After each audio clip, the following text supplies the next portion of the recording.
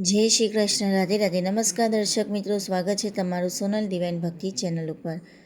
આજે આપણે આ વિડીયોમાં શ્રાવણ માસના શુક્લ પક્ષની અત્યંત મહિમાવાન એવી પુત્રદા એકાદશી અથવા પવિત્રા એકાદશીની વ્રતકથા, પૂજાવિધિ અને મુહૂર્ત વિશે વિસ્તારથી જાણીશું. આ એકાદશીનું મુખ્ય ફળ સંતાન સુખ પ્રાપ્ત કરવાનું અને વંશવૃદ્ધિ કરવાનું છે. આ દિવસે ભગવાનને 365 તારના પવિત્ર અર્પણ કરીને આખા વર્ષની સેવાનો સ્વીકાર કરવા માટે પ્રાર્થના કરવામાં આવે છે. શ્રાવણ શુક્લ પક્ષની એકાદશી તિથિ 22 અને 23 ઓગસ્ટ 2026ની રાત્રિએ 2 વાગ્યાની આસપાસ પ્રારંભ થાય છે અને 24 ઓગસ્ટ 2026ના રોજ વહેલી સવારે 4:18 કલાકે પૂર્ણ થાય છે. સૂર્યોદય તિથિની ગણતરી મુજબ ગૃહસ્થો માટે સ્માર્ત એકાદશી અને સાધુ સંતો તથા વૈષ્ણવ માટે 24 ઓગસ્ટ 2026 સોમવારના રોજ આવતી વૈષ્ણવ એકાદશી ઉત્તમ મનાય છે. જે ભક્તો 23 કે 24 તારીખે વ્રત કરે તેમને બપોરના સમય 1:41 થી 4:15 અથવા દ્વાદશી સમાપ્ત થાય તે પહેલાં સવારે 6:20 સુધીમાં પારણા કરી લેવા અનિવાર્ય છે.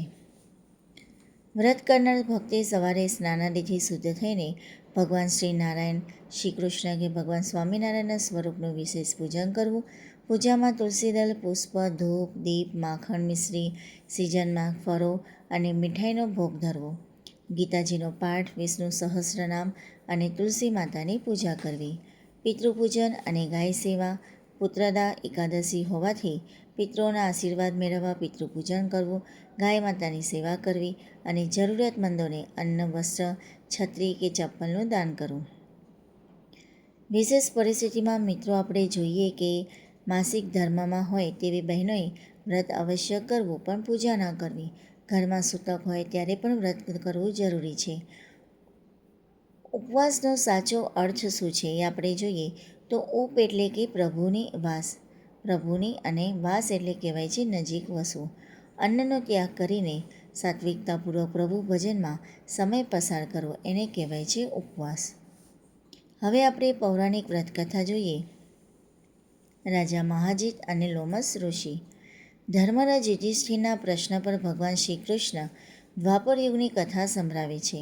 મહિષ્મતી નગરીના રાજા મહાજીત ખૂબ જ ધર્માત્મા અને પ્રજાવત્સલ હતા, પરંતુ સંતાનહીન હોવાના કારણે તેઓ હંમેશા અત્યંત દુઃખી રહેતા. રાજા પોતાની પ્રજા અને મંત્રીઓ સાથે વનમાં જાય છે અને ત્યાં વયોવૃદ્ધ મહર્ષિ લોમસના દર્શન કરે છે. લોમસ ઋષિ પોતાના યોગબળથી રાજાના પૂર્વજન્મનો પાપ જુએ છે. પૂર્વજન્મમાં રાજા નિર્ધન હતા અને એકાદશીના દિવસે તરસ્યા હોવા છતાં જરાશય પર પાણી પી રહી ગાયને હટાવીને પોતે પાણી પીધું હતું. ઋષિ ઉપાય બતાવે છે કે જો સૌ પ્રજાજનો અને રાજા મળીને શ્રાવણ શુક્લ પુત્રદા એકાદશીનું વ્રત કરે અને તેનું પુણ્ય રાજાને અર્પણ કરે તો રાજાના તમામ પાપ નષ્ટ થઈ જશે.